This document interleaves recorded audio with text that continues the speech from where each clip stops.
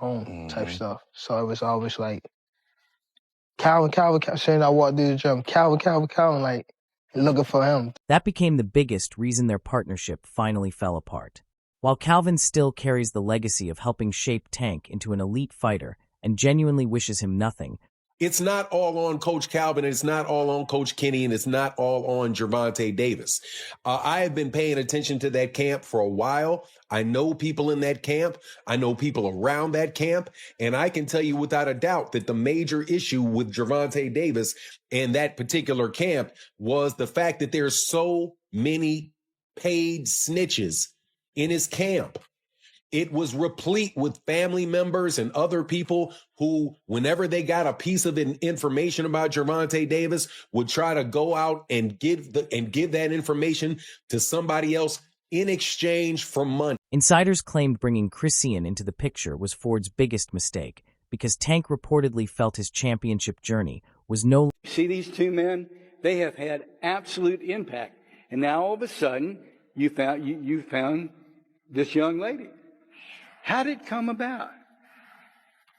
Oh, when I got jumped in Compton, I didn't have no fear in me, and I basically whooped everybody that intended on jumping me. I left without a scratch. The drama boils over as Davis grows furious with Calvin Ford and Kenny Ellis, accusing them of allegedly sharing private details with reporters instead of protecting. All that, but in my head, looking at how I was grooming him, I got videos that a guy named Omar made. He heard me. He said, yo, we're going to sign with Al. We're going to get with Floyd. And I was just talking. And I didn't even recognize I said it. And that was 5 years before Tank even got where he was at.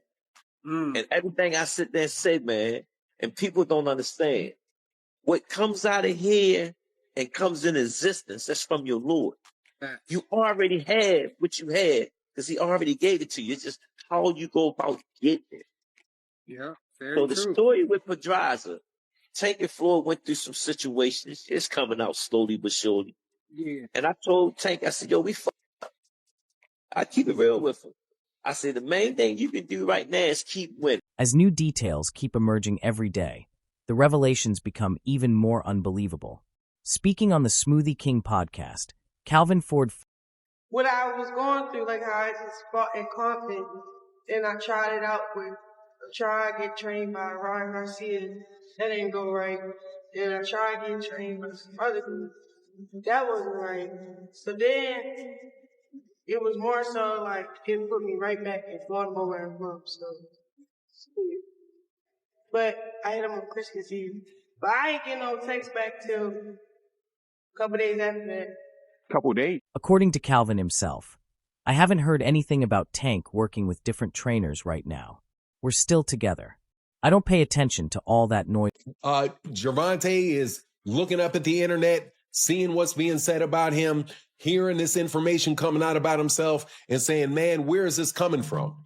Originally, and this was a couple years ago, I remember when Gervonta started getting upset with it and he started blocking people and getting mad about stuff. And he started telling Kenny and Calvin, that basically not to be announcing things, not to say things about who he's going to fight next or what he's going to do next, because Gervonta started getting irritated about that. I also know that Calvin Ford stopped talking to the media for a long period of time. Kenny Ellis stopped talking to the media about Gervonta in that way. As new details keep emerging every day, the revelations become even more unbelievable. Speaking on the Smoothie King podcast, Calvin Ford finally addressed the rumors surrounding Gervonta Tank Davis and his coaching situation. During the conversation, Ford casually dropped a cryptic remark suggesting Tank may not even control his own Twitter account. That comment instantly exploded online, adding another layer of intrigue to an already chaotic and heavily. Gervonta Davis's camp is in turmoil. Man, it's crazy out there, man, on two fronts. One, word is that Gervonta Davis switched trainers again. And the second is word from his camp that they don't believe that Gervonta Davis is really the person talking and making the fight with Devin Haney. Absolute positive just disorder. That's what I can say about that, man. And it makes me nervous for what's going on with Gervonta. According to Calvin himself, I haven't heard anything about Tank working with different trainers right now. We're still together. I don't pay attention to all that noise online. He also claimed the person posting on Twitter isn't Tank at all. Meanwhile, Calvin Ford insisted he knows nothing about any official coaching partnership between Jose Benavidez Sr. and Tank Davis. At the same time, the boxing world is reacting as if the move is already confirmed. Most of the speculation exploded after Jose shared footage of Tank training, making their connection seem impossible to ignore. Those clips instantly sparked huge debates across boxing and fueled even more questions about Davis's future. Breaking down the controversy, Showbiz the Adult argued the video wasn't just another gym update, suggesting it was actually designed to promote Tank alongside Team Benavidez while expanding. Tank Davis going to Jose Benavidez Sr. as his coach. I'm not sure if he's completely departing from Calvin Ford tutelage, but it's official. I just saw on Jose Benavidez Sr. Instagram and on his socials, he's showing Gervonta Tank Davis working out in this video and announcing and marketing the new Gervonta Tank Davis on Team Benavidez merchandise. Now, he had a few videos out there showing Gervonta Tank Davis working out and all those things, and I promise you, he could not have made this announcement without Gervonta Tank Davis's blessing. For me, this makes it official, their relation. Walking away from the mentor you once considered a father is never an ordinary decision. But what may have been happening behind the scenes is even more jaw-dropping. Breaking down Tank's reported move to train with Jose Benavidez Sr., Sean Porter and Sean Zittel discussed the growing controversy surrounding the split. Zittel pointed out the exact reason behind the tension remains unclear and has never been fully confirmed. Still, he admitted the situation completely changed how he views Tank.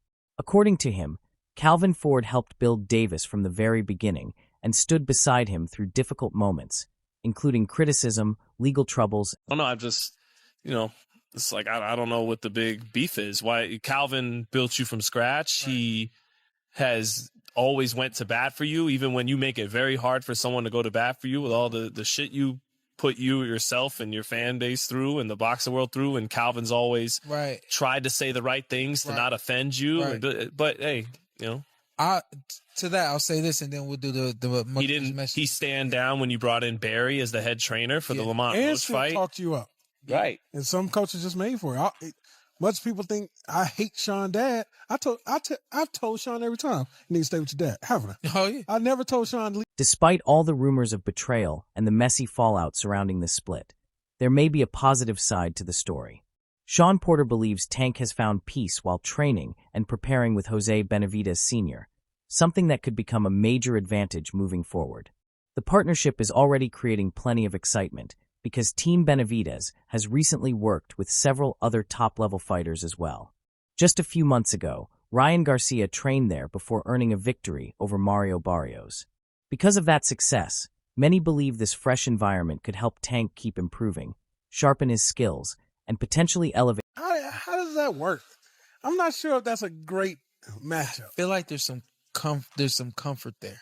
Is that what it is? I feel like that's what it is. I feel like there's some They comfort both there. killers. He's down in Florida, if I'm not mistaken. Miami, yeah. It's Washington. Yeah, he's between Seattle, Washington, Florida, Arizona, Vegas. Yeah. He be everywhere? Yeah. Which might match the lifestyle of Gervonta Davis, Yeah. Surprising to see it, I think. But I feel like he's comfortable with Jose. And just telling y'all what I know, sometimes that's all it takes. Whatever's going to get this light flip up, turned on, and keep it on, sometimes it's... Many believe Jose Benavidez Sr. may not be the ideal trainer for Tank because he's naturally more familiar with the style of his son, David Benavidez. Others strongly disagree, arguing that Jose has spent years coaching professional fighters and has succeeded with athletes beyond his own family, including Ryan Garcia. Sean Porter also addressed the growing tension between Tank and Ford, saying the conflict had probably been building behind the scenes for quite some time. Porter believes every fighter needs a team that evolves alongside them and understands their constantly changing needs. His comments quietly hinted that the presence of Kian I can be myself with, and that, when I'm ready to move, they moving. When they ready to move, I'm moving. And I feel like he thinks he has that with Jose. I don't know. That's just right off the top of the head. He likes to seeing move that when stuff. he wants to move. Too. Yeah. And Jose won't I care. expect to see how long it takes him to arrive at events. Yeah. What's the deal? I don't know. That's a weird one for me. Why? It's just only like it's paired up right. Like I feel like Jose can definitely train his son. I'm not sure about everything. Yeah, that's what I was gonna say. We seen him train Jose and David, and then also But check